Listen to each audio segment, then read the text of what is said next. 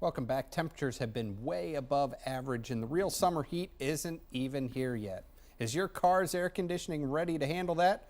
Cliff Hudson of Hudson's Import Service is here to help us out. Good to see you, Cliff. Good seeing you. And you said it was the year of no winter, right? You know, basically we haven't had a winter. I'm No. cruising down the road on my motorcycle in January going in short sleeves going, Yeah. wow, this is awesome. Yeah. So, yeah. But you have to make sure your car is ready for that weather. And the questions come every year. Hey, it's getting ready to get hot. How do I know my air conditioner is all right? Well, we have a litmus test question for that, and that is, hold your hands up. Are you comfortable inside the car? Is it cool? Are you riding around without sweating? Then probably it's okay, because if you look at all of the owner's manuals and all the maintenance manuals under air conditioning service, nothing ever exists. Because refrigerant cannot generally be checked by sight.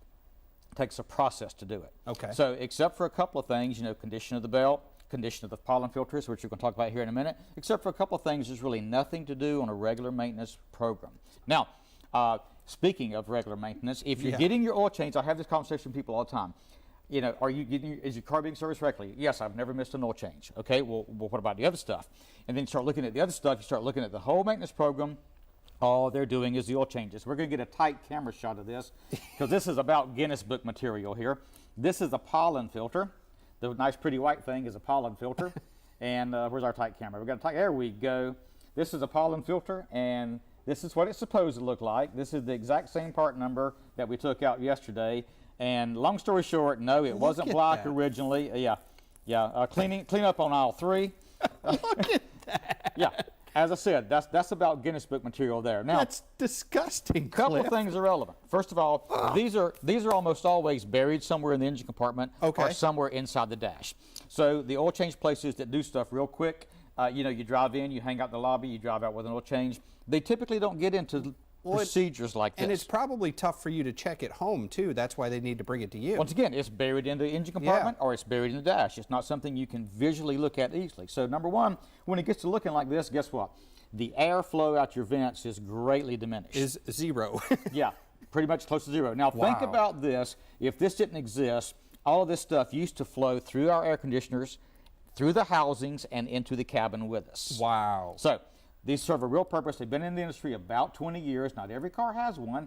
And even now and then, we pop the hood open of a new car or look in the maintenance schedule of a new car to find out the manufacturer has built a brand new car and decided for whatever reason not to put that in.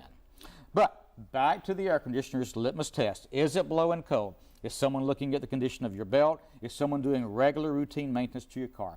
If those things are being done, then the air conditioning system is almost trouble-free, just kind of runs all by itself, and as long as you got good cold air, all is well. Now, Cliff, with the filter here, I mean, is it like the filter in your air conditioning unit in the house that you change every 3 months or something like that? There's a routine schedule for this. The routine schedule is to be modified. For instance, if you live on a dirt road.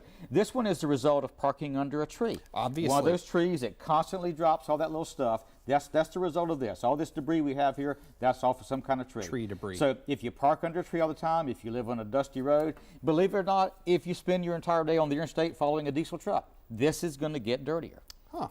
Interesting. So you've got to change that out. Now, should folks bring their car in right now before it gets real hot, Cliff?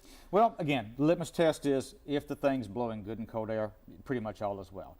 Trip checks, you know, lots of people travel this time of year. We always, trip checks should always be performed. Even if you're doing regular maintenance, you could be dead in between one of those schedules and have a nail in the tire, have something that's popped up leaking on the car. You don't know without a trip check.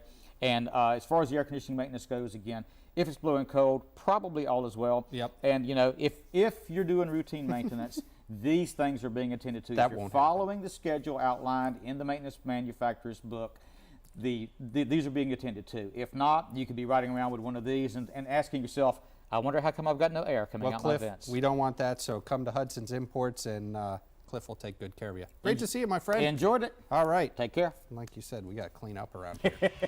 Well, I hope you're hungry. Chef Brett McKee has some delicious food for us in the Low Country Live kitchen next.